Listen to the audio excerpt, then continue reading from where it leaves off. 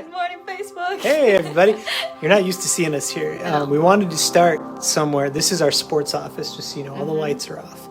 Because we wanted to show you the fog outside. We're not sure how this is going to translate. Yeah. But we're going to see. We're going to try. find out right now. Ready? Weather day. It's actually a little quieter than it will be later on, but we've got our own issues in the morning hours here with some frost and some fog, dense fog, in fact, here in the valley.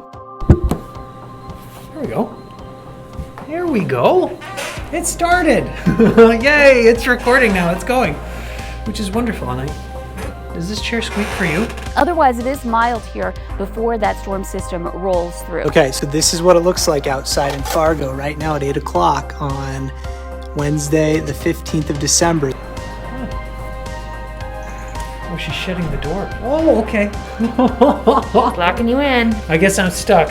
So let's take a look at what what we're dealing with right now, what we're concerned with. That car just went by live. How about that? We've got those clouds that are low to the surface here in Fargo. Visibility at Luther Family Ford looking slightly better than it was not too long ago, but it's still down. And in Fargo, we've got a report of a quarter-mile visibility there right now. So I'm sitting in your chair at your desk. So now this is where I work. Very good. Yeah. You can feel the calls from now on. Oh, okay. All right. I guess I'll do that. Hello. Goodbye. No, we don't have any. We don't. Oh, yes, we do. We do have. Yes, of course. So I'll just say yes and then goodbye. And so, yeah, I was at the Heritage Yomcom Center in Moorhead, and there was an artist, Barbara Bendenagel is her name. Have you chatted with her? Okay. So she was there. And she had said, John David, you've got the temperament to work in community education. And I was like, oh, okay. Hopefully that's good. I mean, it sounded like it was good, you know.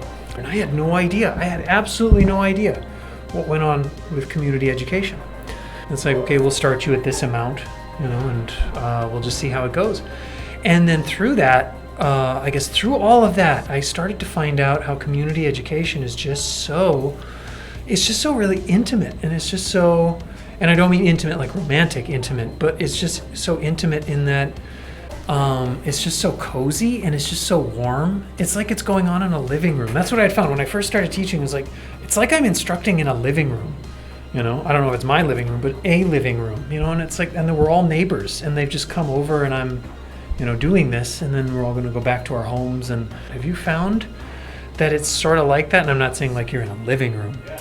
But that it's just so inviting and just so welcoming, you know, and so personal. You know, I have only been to 2 different courses so far that have been offered just because I've been here for 2 months. And it was in between the split of fall programs and winter programs. But, you know, just in working with people, it is on such a different level than the scholastic level or, you know, private businesses. It is a community program that is offered, and so we reach a different dynamic of people, but at the same time the course sizes are small. It's, you know, geared towards exactly what the participants sign up for. So in that respect, yes, it is very intimate, as you said. And I hadn't been in an environment like that before, and so that's why I've continued, you know. And I do apologize if I'm just going on and on and on, but it was just so transformative for me. I was going to say, that's why you keep coming back for more. Yes, I suppose so, you know, but not in that, please, you know, let me work. But it's like, no, it's really healthy, and it's really honest and austere.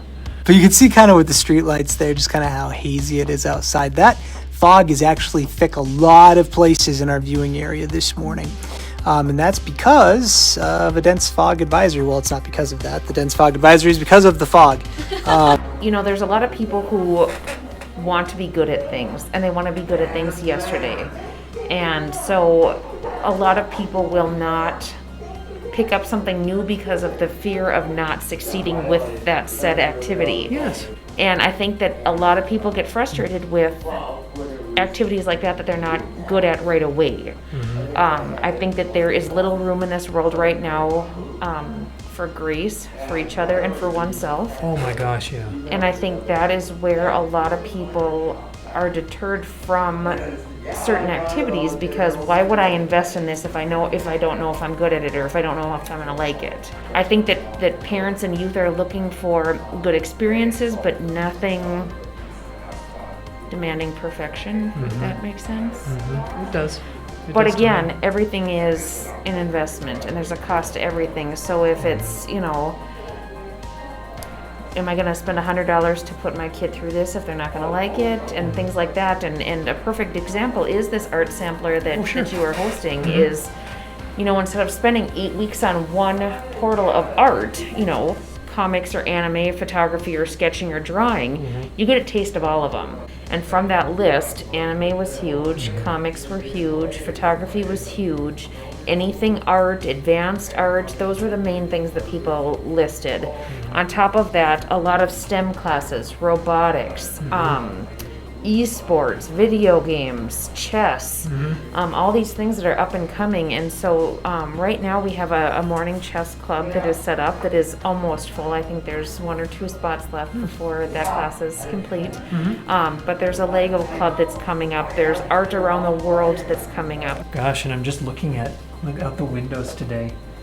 Difficult to see what's around the corner or what's right in front of us. And with these sorts of classes, I do believe that we can figuratively remove a lot of the fog of that sort of pandemic or the world that we had been living in, with imagination and with creativity. And so thank you. So I'm supposed to be so grateful that I get to do that. We are very thankful for you. Well, thank you so much. And I'll be magnanimous. That's all I'm going to do for the next 20 minutes. I'll just be like, thank you. But thank you for that grace too. Giving me the space to be who it is that I'm supposed to be, and then to help those learners, those students, be who they are supposed to be too. So that's kind of what you're dealing with this morning as we get going. So now we're going to do what we call a walk and talk. Oh yeah, I guess I didn't really think about about that? pulling the chair over. So then That's okay. Give me a I'll second. keep talking Yeah. about the weather today while Say gets situated. It didn't stop. There's a loud fella.